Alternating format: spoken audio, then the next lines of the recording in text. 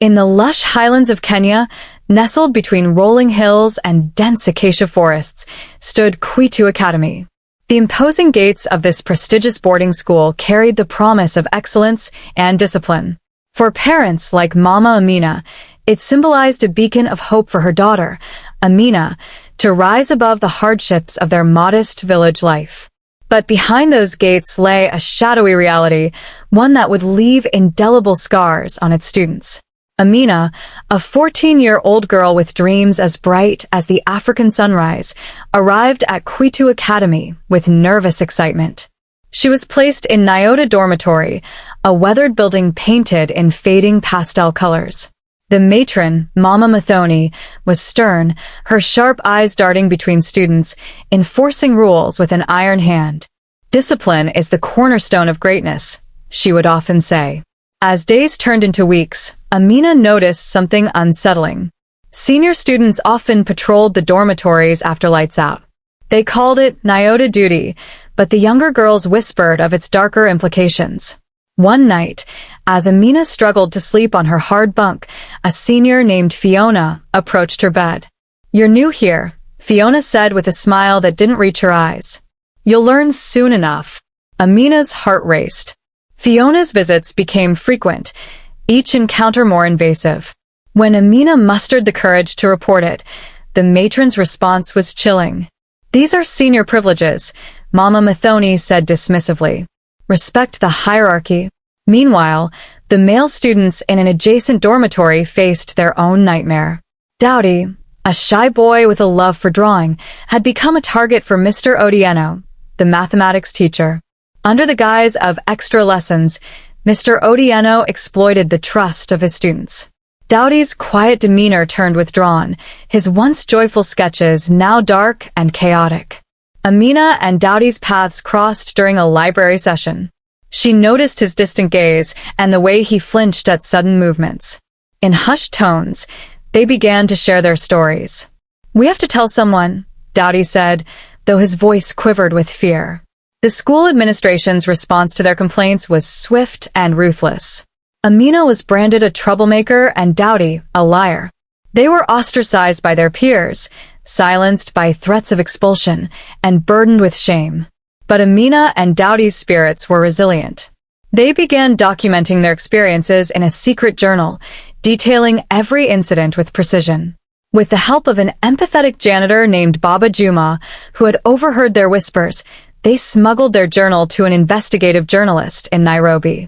Months later, Kwetu Academy made national headlines. The shadows of Kwetu, abuse and silence in Kenya's elite schools, shook the country. Authorities descended upon the school, uncovering years of unchecked abuse. Mama Muthoni and Mr. Odieno were arrested, and the headmaster was dismissed for negligence. Amina and Dowdy's bravery sparked a nationwide conversation about student safety and the power dynamics in boarding schools. Kwetu Academy became a symbol of both pain and hope, a reminder that even in the darkest shadows, the light of truth can prevail. Expansion. The fallout from the expose rippled far beyond Kwetu Academy. Parents from other boarding schools came forward with stories of their children suffering. The Ministry of Education announced sweeping reforms, mandating regular inspections and the creation of anonymous reporting systems for students. A hotline was established, allowing children to voice their concerns without fear of retaliation. For Amina and Dowdy, life took a new turn. Amina received a scholarship from a non-profit organization dedicated to supporting survivors of abuse. She transferred to a day school closer to her village, where she could live with her family. Her academic performance soared, and her dream of becoming a lawyer grew stronger. "I want to fight for children like me," she often told Mama Amina. Dowdy's talent for art caught the attention of a prominent gallery owner who had seen his sketches in a feature story about Kwetu Academy's survivors. He was offered an apprenticeship in Nairobi, where he began to channel his pain into powerful pieces that told stories of resilience and hope. His work gained national recognition, and he used his platform to advocate for children's rights. The two friends stayed in touch, their bond forged in shared trauma and triumph. They became vocal activists, attending conferences and speaking about their experiences. Their courage inspired other survivors to come forward, creating a ripple effect that dismantled the culture of silence in boarding schools across the country. Back at Kwetu Academy, the changes were profound. The new headmaster, Madam Aking, implemented policies prioritizing student welfare. Counseling services were introduced, and the hierarchy that had enabled abuse was dismantled. The school slowly began to rebuild its reputation, this time as a safe haven for learning and growth. Years later, Amina and Dowdy returned to Kwetu Academy for a commemorative event. Standing before a crowd of students, teachers, and parents, Amina spoke with conviction.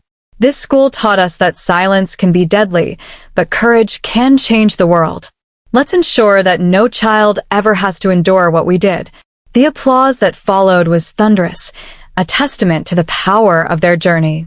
If you find this video interesting, like, subscribe, and share, as it is your golden contribution towards the growth of this channel.